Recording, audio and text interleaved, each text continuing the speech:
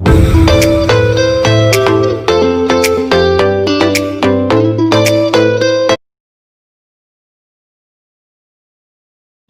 एक बार फिर से मेरे YouTube चैनल में आपका स्वागत है। हम कर रहे थे क्लास 9th का चैप्टर नंबर 4 परमाणु की संरचना। ठीक है, उसी वीडियो को आगे बढ़ाते हुए उसका एक नया पार्ट लेके आए एपिसोड नंबर 3 में। आज हम देखेंगे कुछ टॉपिक्स, उसके बाद जो करेंगे हम करेंगे थॉमसन का परमाणु मॉडल।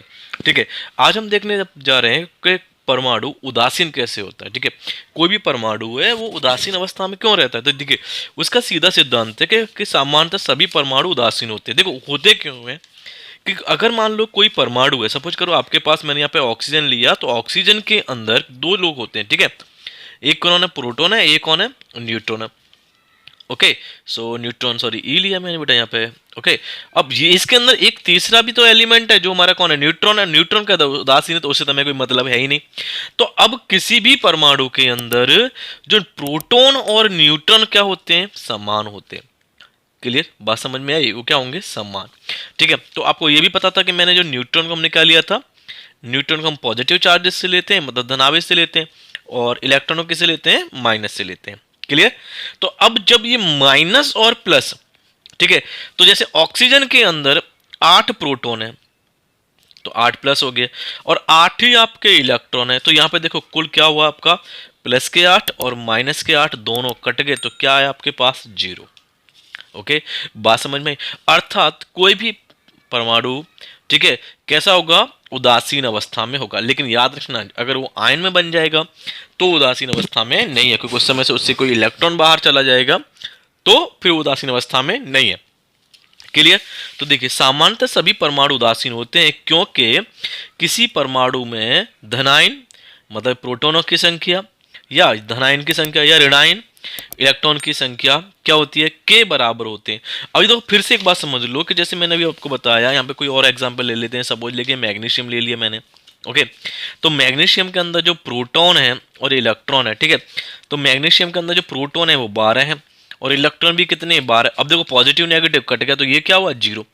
ओके, तो अब ये कैसा हो गया, उदासीन परमाणु हो गया। क्या हो गया आपका, उदासीन परमाणु। तो यहाँ पे लिखा है कि किसी परमाणु में प्रोटॉन और इलेक्ट्रॉन समान होते हैं, जिस कारण परमाणु का कुल आवेश क्या हो जाता है, शून्य। कुल आवेश कैसे शून्य हो गया, मैंने अभी आपको दिखा दिया कि मान लो 12 माइनस 12 पॉजिटिव, तो क्या आया, कुल आवेश कितना आया उसका, 0 आया, नेट आवेश। ठीक है, और देखो कुल आवेश कैसे निकालते हैं, यहाँ पे भी देख लो, इक्वल टू कुल आवेश इक्वल टू, अब आवेश कहाँ से आया आपके पास, पॉजिटिव, प्रोटॉन प्लस इलेक्ट्रॉन। ठीक है, तो प्रोटॉन का चार्ज कितना था आपके पास, 12, इलेक्ट्रॉन कितने, 12, 12 इक्वल टू 0। तो अगर उसका कुल आवेश 0 आ रहा है, क्या आ रहा है, शून्य होगा, तो वो क्या होगा, परमाणु आपका उदासीन होगा। बात समझ में आई आपके, क्या होगा, उदासीन। तो किसी भी परमाणु में प्रोटॉन और इलेक्ट्रॉन समान होते हैं, जिस कारण परमाणु का कुल आवेश शून्य होता है और परमाणु क्या होता है, उदासीन होगा। ठीक है, जैसे यहाँ पे एक एग्जाम्पल दे रखा है, मैंने भी आपको 2 एग्जाम्पल दे दिए ऑलरेडी, और एक एग्जाम्पल में सोडियम तत्व में प्रोटोनों की संख्या 11 है और उसमें इलेक्ट्रॉन की संख्या भी 11 है। तो जब उसमें इलेक्ट्रॉन भी 11 है बेटा, आपके प्रोटोन भी 11 है, तो आपको पता है प्रोटोन पॉजिटिव है, इलेक्ट्रॉन नेगेटिव है, तो 11 से 11 क्या हो जाएगा आपका, कट हो जाएगा, तो कुल आवेश कितना हो गया उसका, 0। इसीलिए यह परमाणु क्या होता है, उदासीन होता है। तो आपको परमाणु क्यों उदासीन है ये बात समझ में आ गई होगी। यहां तक क्या क्या है, प्रोटॉन और इलेक्ट्रॉनों की संख्या क्या होगी, समान होगी, जिस कारण कोई भी जो नेट आवेश है शून्य हो जाएगा। अगर उसका नेट आवेश मतलब बोले तो कुल आवेश शून्य हो गया, तो परमाणु क्या होगा आपका, उदासीन होगा। क्लियर, अब इसमें से आप अच्छी तरह से पढ़ लीजिए, लिख लीजिए, कोई भी डाउट हो तो कमेंट बॉक्स में कमेंट कर सकते हैं। अब यहां से हमारा नया टॉपिक होगा परमाणु का मॉडल। क्लियर, देखिए, समय समय पे हमारे पास बहुत सारे वैज्ञानिक आए और उन वैज्ञानिकों ने एक नए नए सिद्धांत देना चालू कर दिया। देखो हुआ क्या, परमाणु पूछते थे भाई परमाणु है कैसा, ठीक है, परमाणु की संरचना कैसी होगी, परमाणु के अंदर है क्या।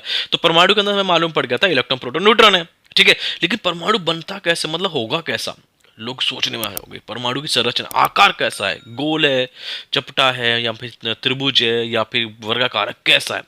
तो इसके लिए परमाणु की जब डिस्कवरी हुई तो बहुत सारे अलग अलग साइंटिस्ट आए, उन साइंटिस्ट ने अपने मत, सुझाव, सिद्धांत देना चालू किए, जिन्हें हमें परमाणु मॉडल के, या परमाणु मॉडल, यहाँ पर बेटा रह गया मेरा मॉडल। ठीक है, तो यहाँ पे लिख लेना, जिन्हें हमने किसके नाम से जाना, परमाणु मॉडल के नाम से जाना। अलग अलग साइंटिस्ट आए, उन्होंने अलग अलग अपने सिद्धांत दिए। देखिए, परमाणु की संरचना समझने के लिए समय समय पर बहुत से वैज्ञानिकों ने अपने अपने सिद्धांत मत प्रस्तुत किए, और ये जो सिद्धांत मत थे, जो उन्होंने क्या दिया, हमें परमाणु मॉडल का नाम दे दिया। ठीक है, सबसे पहले जो परमाणु के बारे में जानकारी देते हैं उनका नाम था टॉमसन, जिनका नाम था, ठीक है, टॉमसन का परमाणु मॉडल। ठीक है, जैसे थॉमसन का परमाणु मॉडल। ओके, दूसरा रदरफोर्ड, बोर और क्वांटम यांत्रिक मॉडल। जो आज का लेटेस्ट में जो हम पढ़ रहे हैं विज्ञान, हमारा जो भी परमाणु मॉडल है वो कौन किस पर आधार है, क्वांटम यांत्रिकी मॉडल पर ही आधारित है, जो हम क्लास 11th में पढ़ेंगे जाकर के। ठीक है, उसके बाद सोमरफील्ड का परमाणु मॉडल है, बहुत सारे हैं, लेकिन जो 4 लोगों को हम ज़्यादा पढ़ते हैं, टॉमसन का परमाणु मॉडल, रदरफोर्ड का परमाणु मॉडल, बोर का परमाणु मॉडल और क्वांटम यांत्रिकी का मॉडल। क्लियर? तो यहाँ पे लिख दिया है, आज जो हम परमाणु मॉडल पढ़ते हैं वो कौन सा है, क्वांटम यांत्रिकी मॉडल पर ही आधारित है। आगे जाकर हम जो पढ़ने वाले हैं, सबसे पहले पढ़ेंगे जे थॉमसन का परमाणु मॉडल या टॉमसन का परमाणु मॉडल। क्लियर? तो बच्चों, वीडियो पसंद आई हो तो वीडियो को लाइक कीजिए, साथ ही साथ चैनल को सब्सक्राइब कीजिए। जिन लोगों ने अभी तक हमारा ये जो वीडियो है शेयर जरूर कर दीजिए। ठीक है, मिलते हैं नेक्स्ट नई वीडियो में।